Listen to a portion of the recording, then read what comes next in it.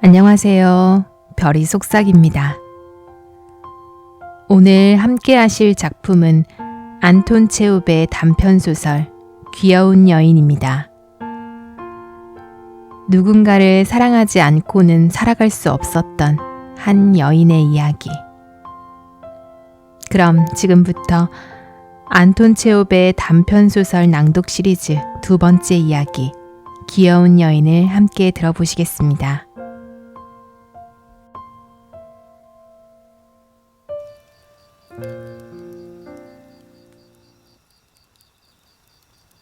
은퇴한 교육청 감찰관 플레마냐코프의 딸 올렌카는 집 정원으로 내려가는 좁은 계단에 앉아 생각에 잠겨 있었다.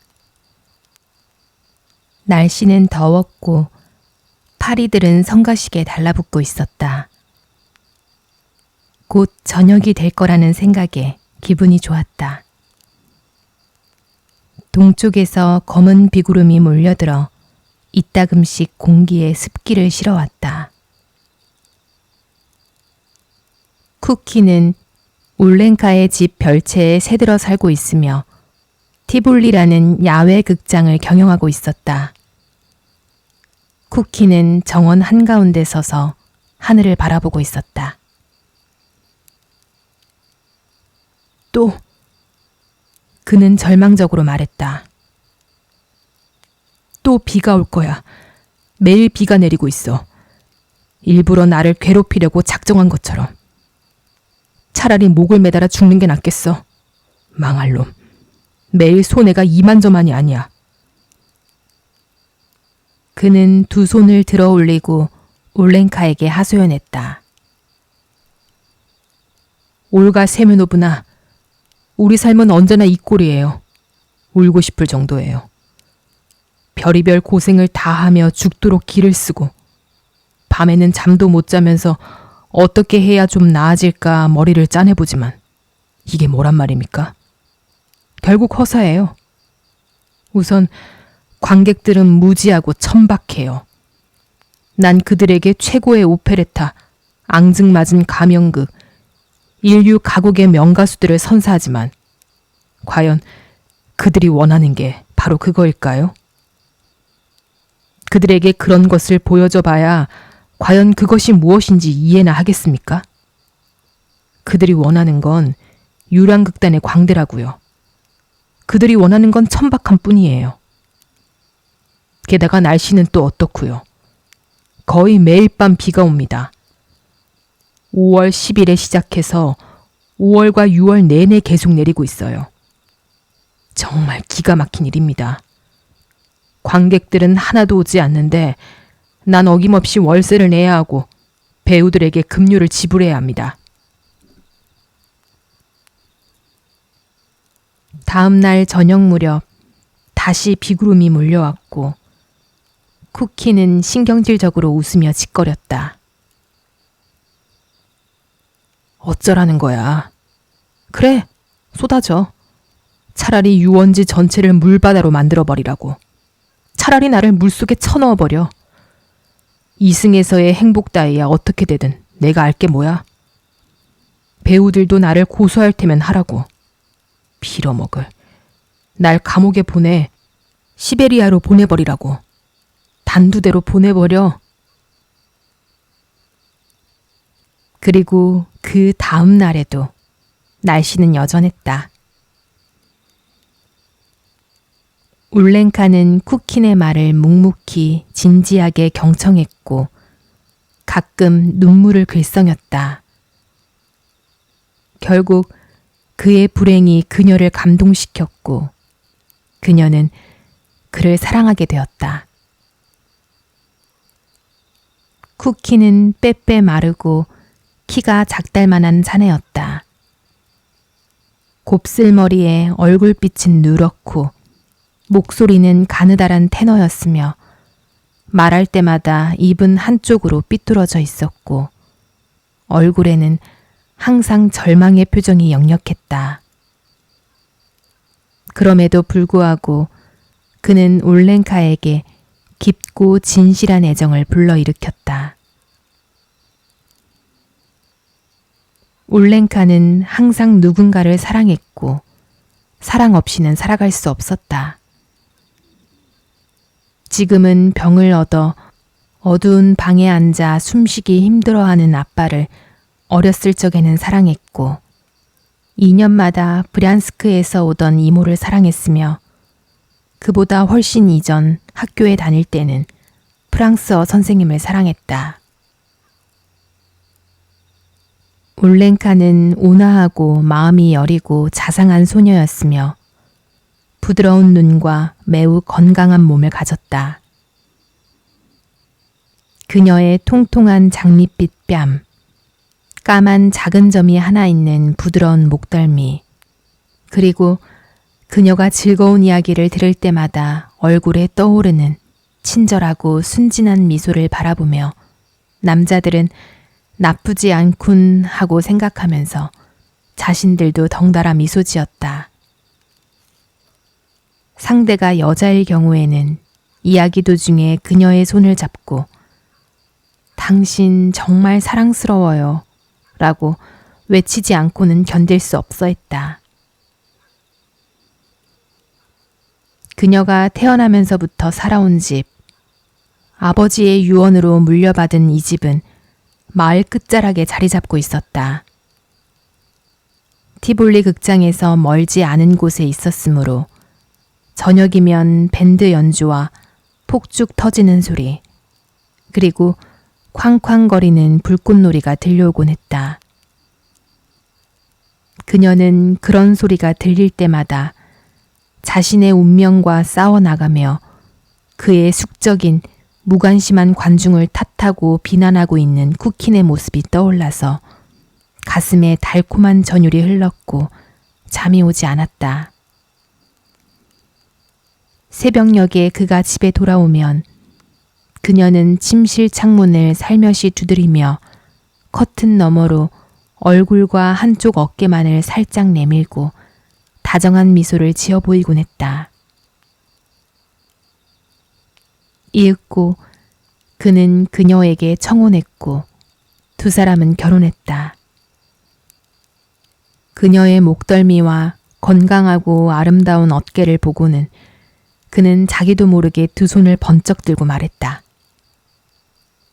당신은 사랑스러워. 그는 행복했다. 그러나 공교롭게도 결혼식 날에도 비가 왔고 밤이 되어서까지도 비가 왔으므로 그의 얼굴에는 여전히 절망의 빛이 사라지지 않았다. 두 사람은 아주 사이가 좋았다.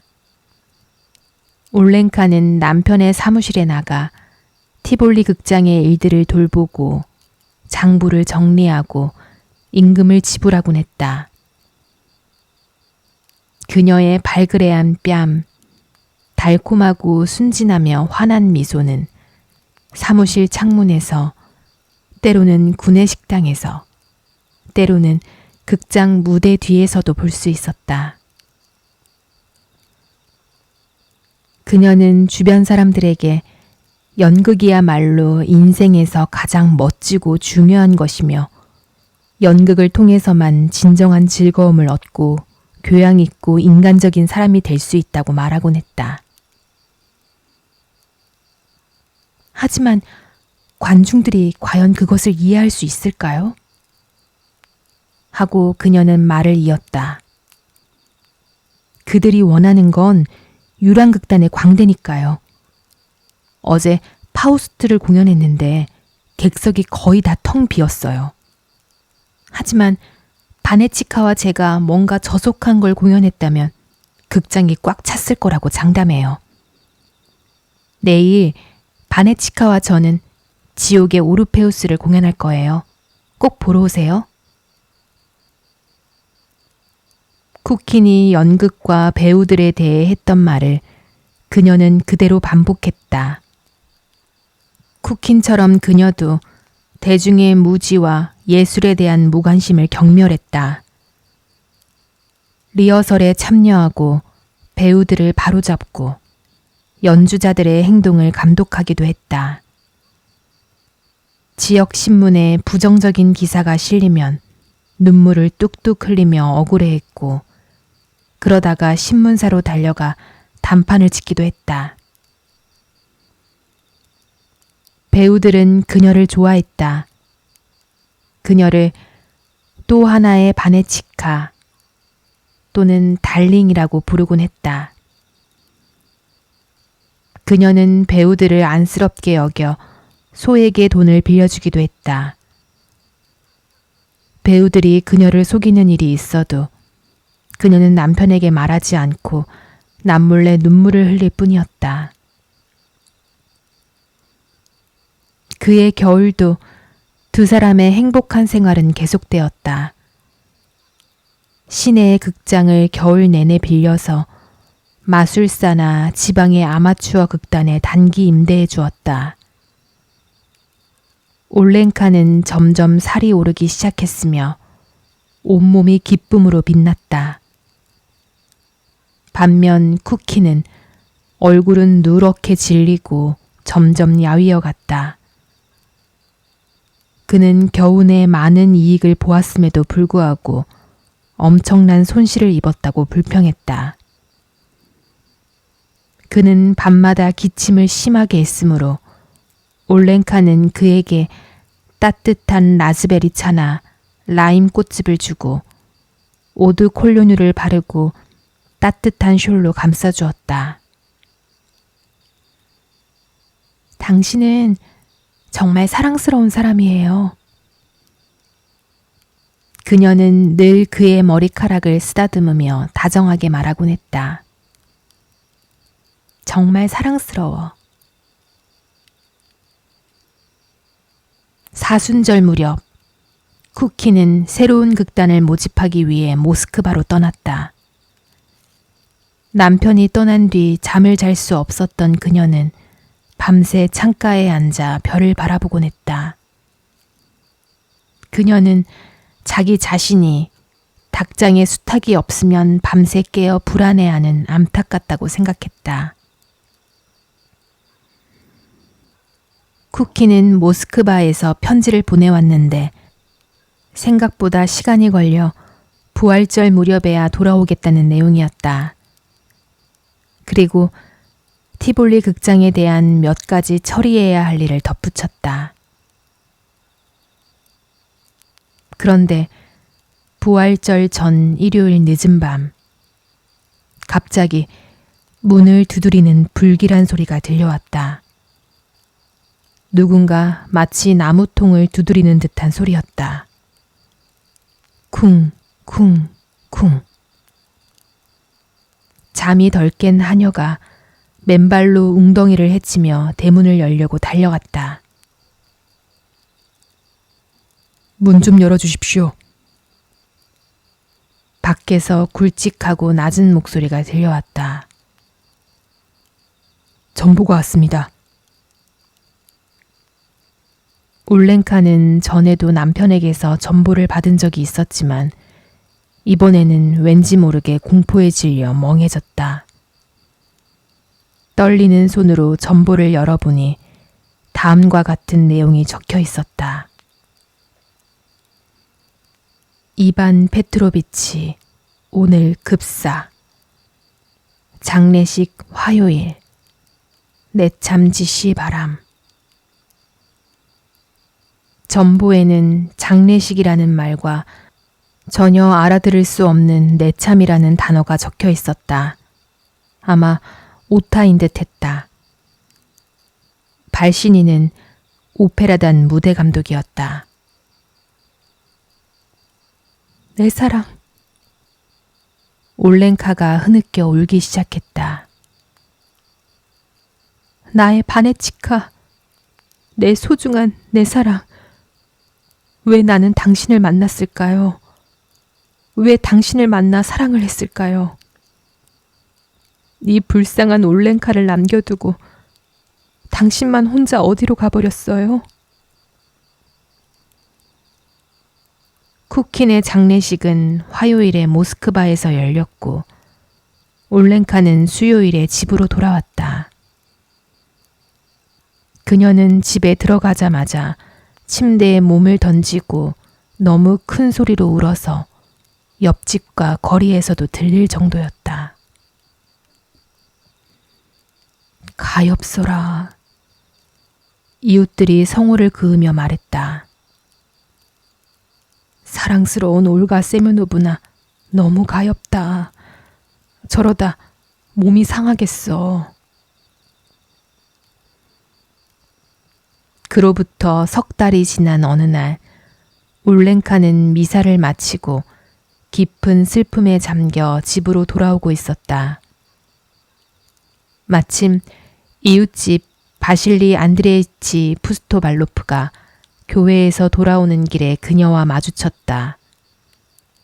그는 바바카예프라는 목재상 주인이었는데 머리엔 밀짚 모자를 쓰고 하얀 조끼를 입고 금 시계줄을 차고 있던 그는 상인이라기보다는 시골 지주처럼 보였다. 모든 일은 운명대로 일어납니다. 올가 세면노브나.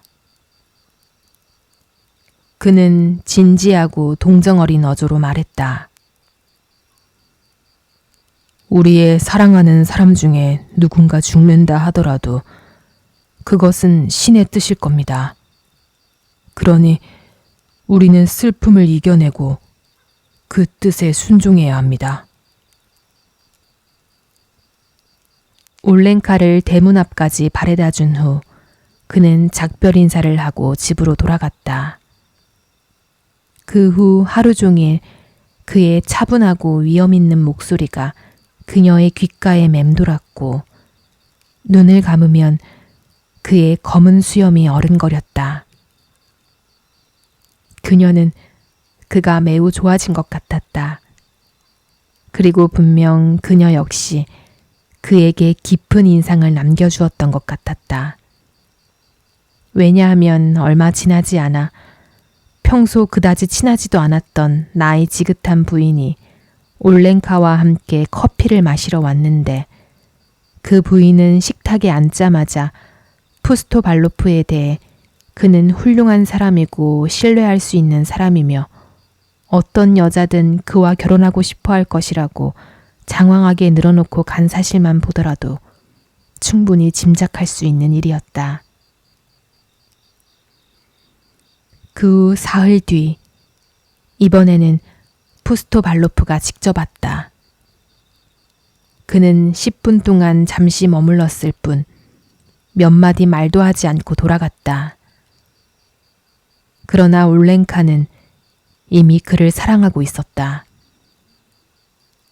얼마나 그에게 빠졌던지 그날 밤은 밤새도록 열병에 시달리며 잠을 이루지 못했고 다음날 아침 날이 새기가 바쁘게 그녀는 그 나이든 부인에게 심부름꾼을 보내는 소동을 벌였다. 결혼은 재빨리 성사되었고 마침내 결혼식이 치러졌다. 결혼한 푸스토발로프와 올렌카는 매우 잘 지냈다. 그는 보통 점심때까지 사무실에서 시간을 보내고 그 후에는 밖으로 일을 보러 나갔다. 그럴 때면 올렌카가 저녁 때까지 그의 자리를 대신하여 사무실에 앉아 계산서를 작성하고 목재를 보내는 일을 했다. 목재 값이 해마다 20% 정도 오르고 있어요. 그녀는 손님들과 친구들에게 이렇게 말하곤 했다. 예전에는 이 지방의 목재만 가지고도 주문에 댈 수 있었는데 지금은 우리 남편이 나무를 사러 해마다 모길레프 지방까지 가야만 해요. 그러니 그 운임료만 해도. 그렇게 말하고 그녀는 두 손으로 얼굴을 감싸며 크게 놀라는 표정을 지으며 덧붙였다. 아주 어마어마하다니까요. 어느새 그녀는 자신이 오랜 세월 목재상을 운영해 온 듯한 기분이 들었고 인생에서 가장 중요하고 필요한 것은 목재라는 생각이 들었다. 목재, 기둥, 들보, 통나무, 강목, 널빤지 등과 같은 단어들에게서 마치 어릴 때부터 들어 귀에 익은 것처럼 친밀감과 감동을 느꼈다. 심지어 꿈속에서 차곡차곡 쌓아놓은 널빤지와 판자더미를 보기도 했고, 멀리 어딘가에서 목재를 실어 나르는 긴 마차 행렬이나 지름 15cm 굵기에 길이가 12m 가까이나 되는 통나무가 원목장으로 들어오는 광경, 혹은 통나무, 들보, 판자들이 서로 부딪혀 메마른 소리를 내면서 한꺼번에 쓰러졌다가 다시 일어서며 서로 차곡차곡 쌓이는 꿈을 꾸기도 했다. 올렌카는 잠결에 비명을 질렀고, 그러면 푸스토발로프는 그녀에게 다정하게 말했다. 올렌카, 왜 그래? 어서 성호를 그어요. 남편이 생각하고 느끼는 것은 곧 그녀가 생각하고 느끼는 것이었다. 가령 남편이 방이 너무 덥다던가 요즘 경기가 어렵다든가 하고 생각하면 그녀도 역시 그렇게 생각했다. 남편은 어떠한 오락에도 관심이 없었기 때문에 휴일에도 집에만 있었다. 올렌카도 마찬가지였다. 항상 집이나 사무실에만 틀어박혀 있군요. 그녀의 주위 사람들이 때때로 그녀에게 말했다. 귀여운 올렌카, 가끔 극장에 가거나 아니면 서커스를 구경하는 게 어때?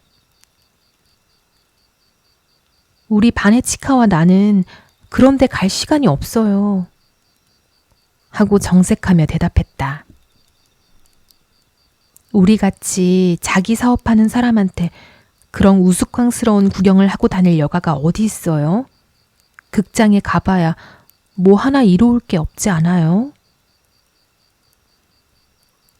매주 토요일이면 푸스토발로프와 그녀는 저녁 미사에 참석했고 주일에는 아침 미사에 참석했다.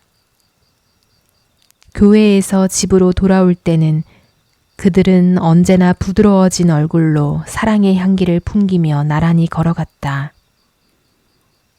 그럴 때면 그녀의 비단 드레스는 기분 좋게 바스락거렸고 남의 눈에도 두 사람은 행복하게 보였다. 집에 돌아오면 차를 마시고 맛있는 빵에 다양한 잼을 발라서 먹은 뒤 사이좋게 파이를 먹었다.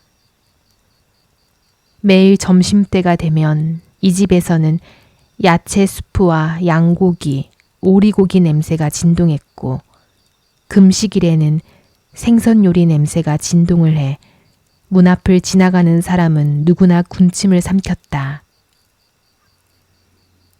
사무실에서는 사모바르가 항상 끓고 있었고 손님들은 차와 도넛을 대접받았다. 이 부부는 일주일에 한 번씩 목욕탕에 갔다가 불그레하게 상기된 얼굴로 어깨를 나란히 하고 집으로 돌아오곤 했다. 우린 정말 행복하게 지내고 있어요. 올렌카는 아는 사람을 만날 때마다 늘 이렇게 말하곤 했다. 모두가 바네치카와 나처럼 행복하게 살 수 있다면 좋을 텐데요. 푸스토발로프가 모길레프 지역으로 나무를 사러 떠나면 그녀는 그를 몹시 그리워하며 잠 못 이루고 눈물만 흘렸다. 가끔 저녁 무렵이면 그녀의 집 별채를 빌려 쓰는 젊은 수의관인 스미르닌이 놀러왔다. 그는 그녀와 이야기를 나누고 함께 카드놀이를 하며 그녀를 위로해 줬다. 그녀는 특히 그가 자신의 가정생활에 대해 들려주는 이야기에 관심이 많았다. 그는 결혼해서 아들을 두었지만 아내가 바람을 피워 이혼했다고 했다.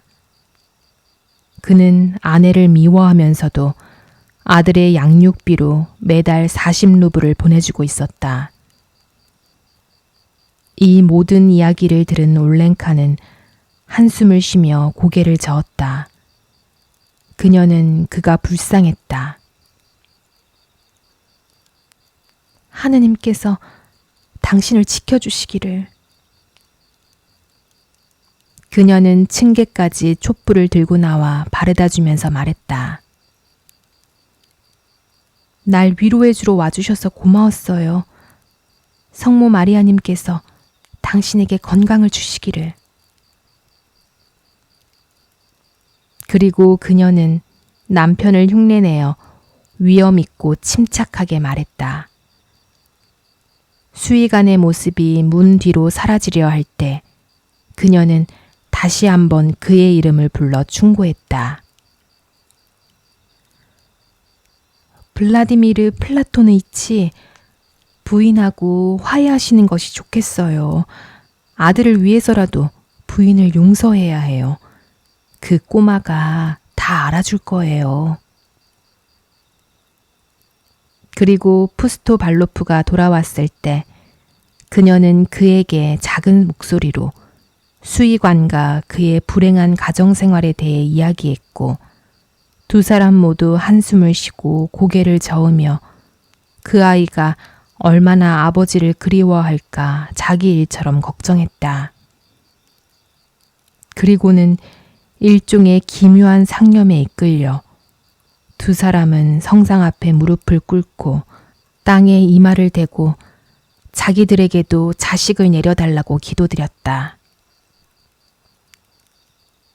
푸스토 발로프 부부는 조용히 서로 사랑하고 사랑받으면서 말다툼 한 번 없이 다정한 6년의 세월을 보냈다.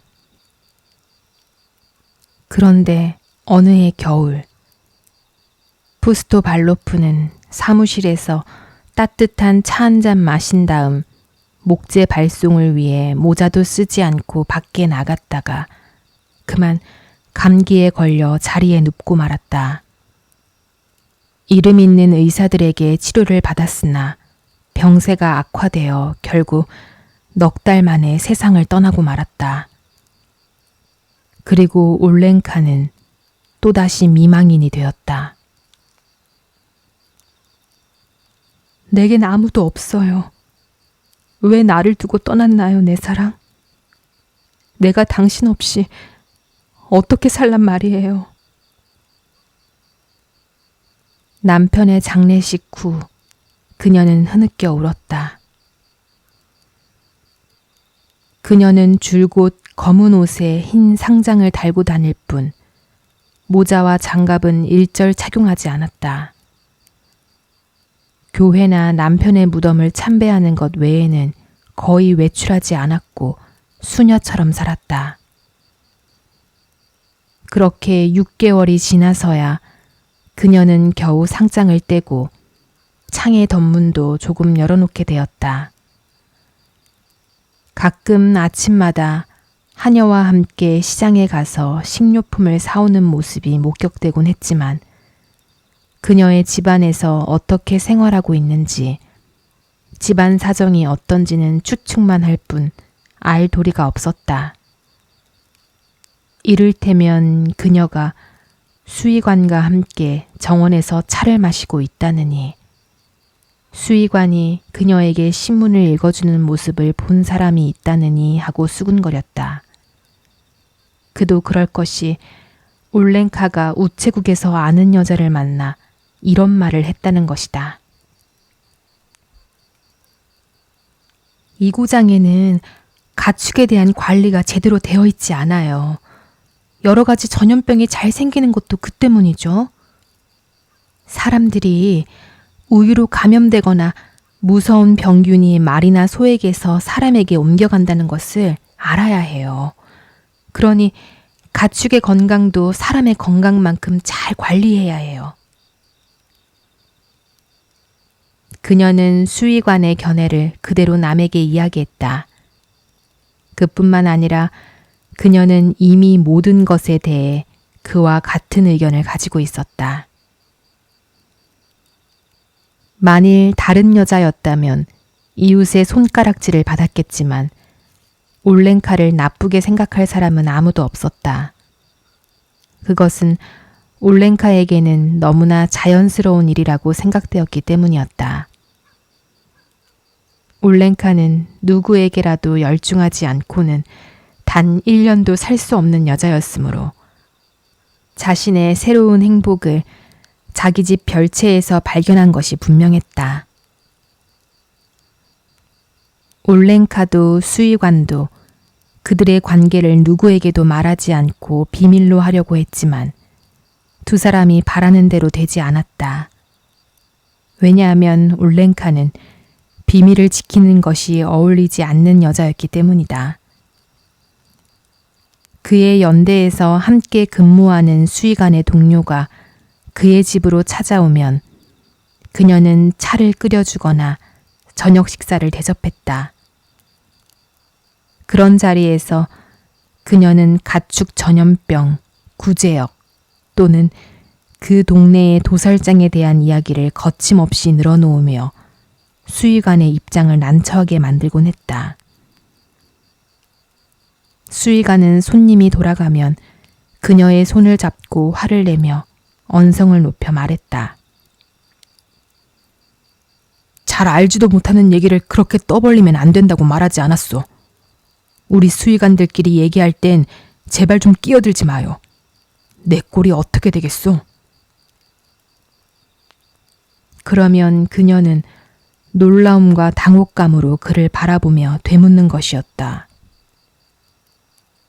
하지만 볼로디치카, 그럼 나는 무슨 얘기를 하면 좋은가요? 그녀는 눈물을 글썽이며 그를 껴안고 화내지 말라고 간청했다. 이렇게 두 사람은 다시 행복을 되찾았다. 하지만 이 행복은 오래가지 못했다. 수의관이 그의 연대를 따라 가버렸던 것이다. 그의 연대가 먼 곳, 어쩌면 시베리아로 이동하게 되어 그녀의 곁을 떠나가 버린 것이다. 그리하여 올렌카는 다시 홀로 남게 되었다. 이번에야말로 그녀는 완전한 외톨이였다. 아버지는 오래전에 돌아가셨고 생전에 그가 즐겨 앉던 안락 의자만이 먼지투성이가 되어 다리 하나가 부러진 채 다락방에 놓여 있었다. 그녀는 점점 야위고 수척해졌다. 거리에서 그녀를 마주치는 사람들도 예전처럼 그녀를 쳐다보지도 미소를 던지지도 않았다. 그녀의 젊고 아름답던 시절은 이미 지나가 버렸다. 그리하여 이제 행복이란 꿈도 꿀 수 없는, 생각할 가치도 없는 새로운 삶이 그녀에게 시작되었다. 저녁이 되면 올렌카는 정원으로 내려가는 계단에 앉아 티볼리 극장에서 터지는 폭죽 소리와 밴드 연주를 들었지만 이제는 아무런 감흥도 일어나지 않았다. 그녀는 초점 없는 눈초리로 텅 비어있는 자기 집 정원을 하염없이 바라보고 있을 뿐이었다. 그러다 밤이 깊어지면 잠자리에 들어 폐허와 다름없는 자기 집 정원을 꿈속에서 다시 보았다. 먹는 것도 마시는 것도 그녀는 마지못해 어쩔 수 없이 하는 듯했다. 그리고 무엇보다도 큰 불행은 그녀에게 아무런 의견도 없다는 점이었다.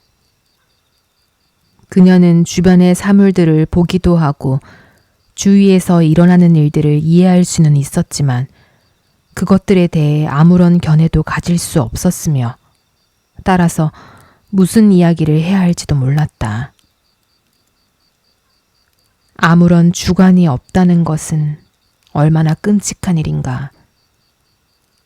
예를 들어 병이 하나 서 있거나 비가 내리거나 수레를 몰고 가는 농부를 보더라도 병이 무엇을 위한 것인지, 비는 왜 내리는지, 또 무엇을 하러 가는 농부인지 설명할 수가 없었다. 아마 그녀에게 1,000루블을 준다고 해도 말할 수 없었을 것이다. 쿠킨이나 푸스토발로프, 수의관과 함께 지낼 때는 그렇지 않았다. 올렌카가 설명할 수 없는 것이란 전혀 없었고 어떤 일에 자신의 의견을 내세우는데 불편을 느낀 일이 없었는데 지금은 그녀의 머릿속과 마음속에는 그녀의 집 정원과 같은 공허함이 감돌았다. 지독히 기분 나쁘고 입맛이 쓴 느낌은 마치 쑥을 잔뜩 먹고 난 뒤의 느낌과 같았다. 마을은 조금씩 사방으로 뻗어나갔다. 길은 큰 거리로 바뀌었고 티볼리와 목재 창고가 있던 자리에는 새로운 길과 집들이 들어섰다. 세월은 빨리도 흘러갔다. 올렌카의 집은 이미 낡아 지붕은 녹슬고 창고는 한쪽으로 기울어졌으며 정원은 키 큰 잡초와 쐐기풀로 뒤덮였다. 올렌카의 얼굴에도 주름이 많이 늘어갔다. 여름철이면 그녀는 현관에 멍하니 앉아 있었고 그녀의 영혼은 공허하고 쓸쓸하며 쓰라림으로 가득했다. 겨울철에는 창가에 앉아 멍청하게 눈 내리는 것을 바라보았다. 이윽고 봄 기운이 스치거나 바람결에 교회 종소리가 들려오면 갑자기 과거의 추억이 밀려와 가슴이 미어지고 눈물이 왈칵 쏟아졌다. 하지만 그것도 잠깐이었고 곧 다시 공허함과 삶의 허무함이 밀려왔다. 검은 새끼 고양이 브리스카가 그녀에게 몸을 비비며 부드럽게 가르랑거렸지만 올렌카는 이 고양이의 재롱에도 마음이 움직이지 않았다. 그녀에게 필요한 건 그런 게 아니었다. 그녀는 자신의 존재, 영혼, 이성 전체를 독점해줄 사랑을 원했다. 그녀에게 생각과 삶의 목적을 주고 그녀의 식어가는 피를 다시 끓어오르게 해줄 사랑을 원했다. 그래서 그녀는 옷자락에 매달리는 새끼 고양이를 뿌리치고 짜증을 냈다. 저리 가! 귀찮단 말이야. 그렇게 하루하루 해마다 그 모든 일이 반복되었다. 아무런 기쁨도 아무런 의견도 없었으며 살림은 하녀 마브라가 말하는 것이라면 그저 무엇이든 좋다는 식으로 맡겨버렸다. 어느 무더운 7월 어느 날 해질 무렵이었다. 시외로 나갔던 마을의 가축대가 거리로 몰려 정원 가득히 먼지로 뒤덮인 그때 누군가 갑자기 대문을 두드렸다. 올렌카는 직접 문을 열려고 나갔다가 문 밖을 내다보고는 하마터면 기절할 뻔했다. 수위관 스미르닌이었다. 백발의 민간인 차림으로 서 있는 것이 보였다. 그녀는 잊어버린 모든 지난 날들이 불현듯 되살아났다. 울음을 참을 수 없었고 아무 말도 하지 못한 채 그의 가슴에 머리를 파묻었다. 감정이 격해져서 두 사람이 어떻게 집 안으로 들어와 차를 마시러 앉았는지도 모를 지경이었다. 사랑하는 블라디미르 플라토니치, 어떤 운명이 당신을 데려온 건가요? 그녀는 기쁨으로 부들부들 떨면서 속삭였다. 올가 세뮤노브나, 저는 이곳에서 아주 정착하려고 왔어요. 그가 계속해서 말했다. 군대를 그만두고 내 힘으로 정착해서 운을 시험해 보려고 왔어요. 게다가 이제 아들도 학교에 가야 할 때가 됐고요. 많이 자랐죠. 나는 알고 있는지 모르겠지만 아내와 화해했어요. 그럼 부인은 어디에 있어요? 올렌카가 물었다. 아들과 함께 여관에 있어요. 지금은 새빵을 구하러 다니는 중입니다. 맙소사, 새빵이라뇨. 그게 무슨 말씀이세요? 이 집으로 오세요. 집골은 이래도 얼마든지 살 수 있어요. 그렇게 하세요. 집세 같은 건 한 푼도 낼 필요 없어요. 흥분하기 시작한 올렌카는 다시 울음을 터뜨렸다. 가족과 함께 여기서 살아주세요. 저는 저쪽 별채에서 살아도 좋아요. 세상에, 정말 너무 기뻐요. 다음 날 안채의 지붕에 페인트 칠을 하고 벽도 새로 바르기 시작했다. 올렌카는 가슴을 펴고 두 손을 허리에 얹고서 정원 여기저기를 다니면서 감독했다. 그녀의 얼굴에는 전처럼 미소가 떠오르고 마치 긴 잠에서 깨어난 듯 전신에 활기가 넘치는 것 같았다. 수의관의 부인이 아들을 데리고 이사를 왔다. 마르고 수수했으며 짧은 머리에 성미가 까다로워 보이는 여자였다. 함께 따라온 샤샤는 10살 난 아이치고는 키가 작고 통통한 편이며 파란 눈동자에 볼에는 보조개가 오목하게 패여 있었다. 소녀는 정원에 들어서자마자 고양이를 쫓아 달려갔고 곧바로 소년의 쾌활하고 즐거운 웃음소리가 울려 퍼졌다. 아줌마, 저 고양이 아줌마네 고양이에요? 소년이 올렌카에게 물었다. 이 고양이가 새끼를 낳으면 우리 집에도 한 마리만 주세요. 네? 엄마는 쥐를 엄청 무서워하시거든요. 올렌카는 샤샤와 잠깐이라도 이야기를 나누면 마음이 따뜻해지고 가슴이 뭉클해지는 것이 마치 자신이 낳은 아들인 것처럼 느껴졌다. 저녁 무렵 샤샤가 식탁에 앉아 공부를 하고 있으면 올렌카는 깊은 애정과 연민으로 소년을 바라보며 이렇게 중얼거렸다. 귀엽기도 하지. 어쩌면 저렇게 영리하고 예쁠까? 샤샤는 큰 소리로 책을 읽었다. 섬이란 육지의 일부로 물로 완전히 둘러싸인 땅을 말한다. 그러면 올렌카도 섬이란 육지의 일부로 하고 따라 말했다.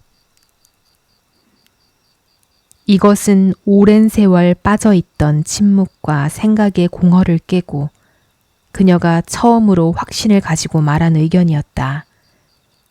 이제 비로소 그녀는 자신의 의견을 갖게 되었다. 그녀는 저녁 식사 때 샤샤의 부모에게 중학교 수업이 아이들에게 어렵긴 하지만 실업 교육을 받게 하는 것보다 장래를 위해 더 낫다고 말했다. 중학교 교육을 받으면 의사가 될 수도 있고 엔지니어가 될 수도 있고 자기 뜻대로 직업을 가질 수 있는 폭이 넓다는 것이었다. 샤샤는 중학교에 입학했다. 그의 어머니는 하리코프에 있는 언니네 집으로 간 뒤 돌아오지 않았다. 아버지는 매일 가축을 보러 나갔고 때로는 사흘 동안이나 집을 비우기도 했다. 그렇게 되고 보니 샤샤는 자기 집에서 거추장스러운 존재가 되어 버림받은 거나 다름이 없었다. 올렌카는 이러다가 샤샤가 굶게 되지 않을까 걱정이 되었다. 그래서 그녀는 샤샤를 자신의 별채로 데려가 작은 방을 하나 마련해 주었다. 샤샤가 올렌카와 함께 살게 된 지도 어느덧 반년이 흘렀다.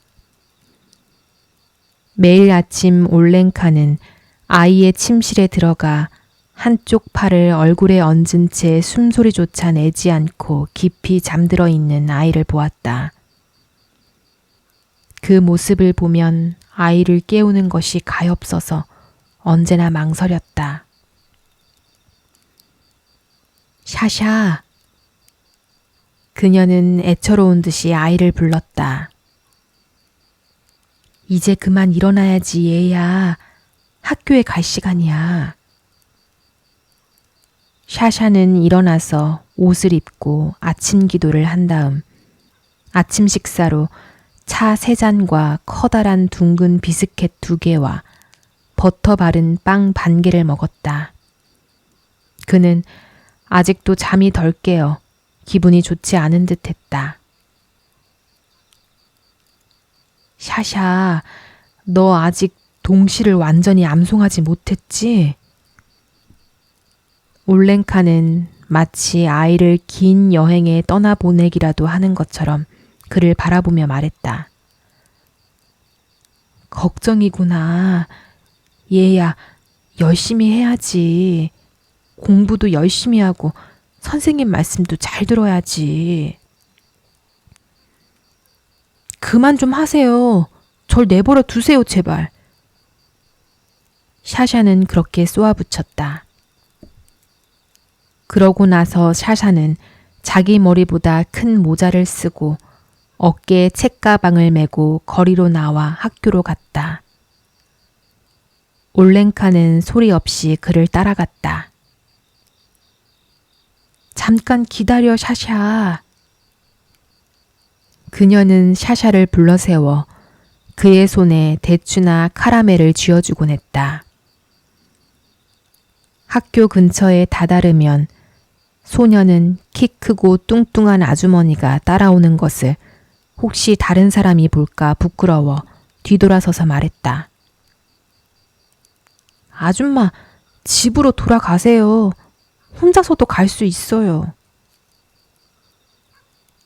그녀는 그가 학교 교문 안으로 사라져 보이지 않을 때까지 그 자리에 가만히 서서 소년을 지켜보았다. 아, 그녀에겐 이 아이가 얼마나 사랑스러운지. 그 누구도 이 소년에 대한 사랑만큼 깊었던 적이 없었다.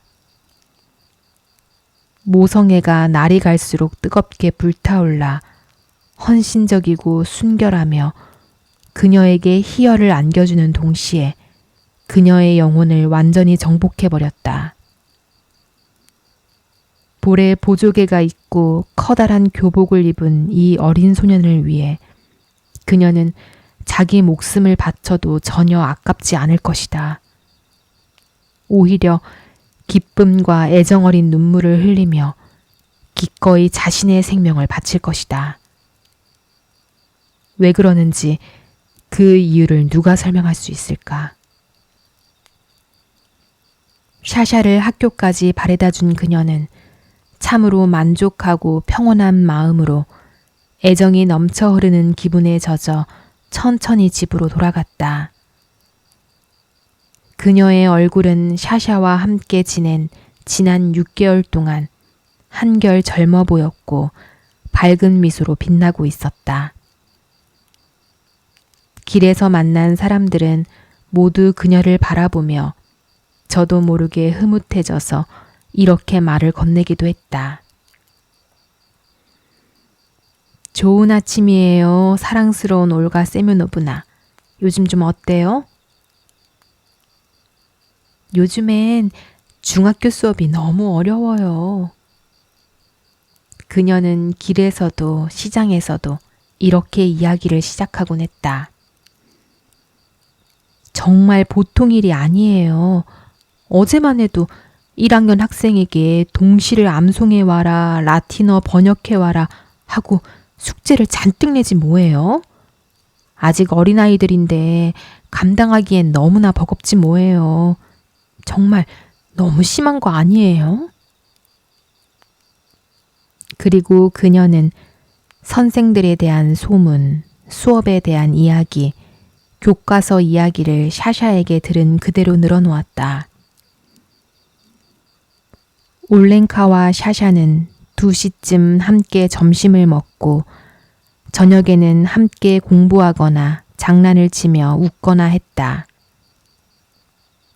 샤샤를 침대에 눕혀 재워주면서 그녀는 몇 번이나 성호를 긋고 중얼거리며 기도를 올렸다.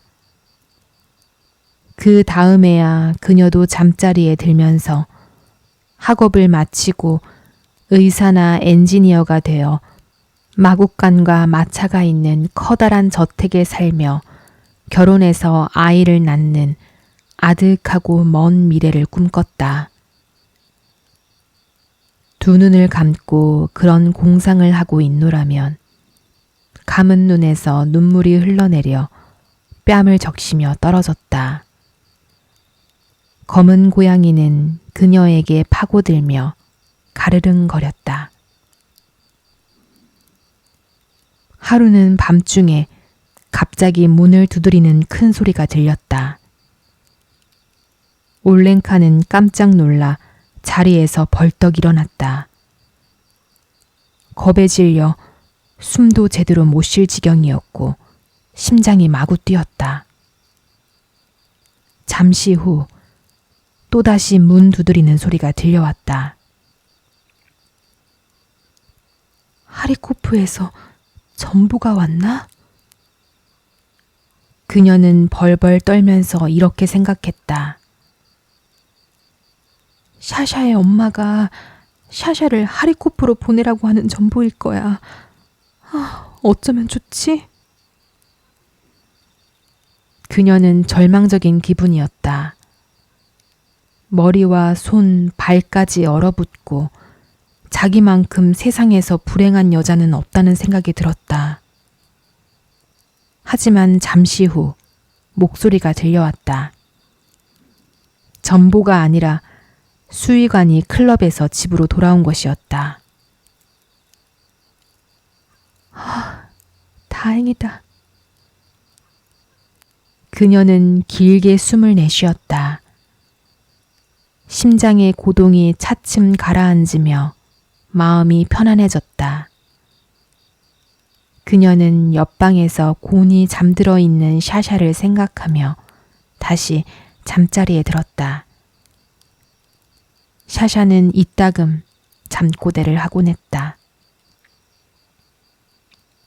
싫어. 저리 꺼져. 닥치란 말이야.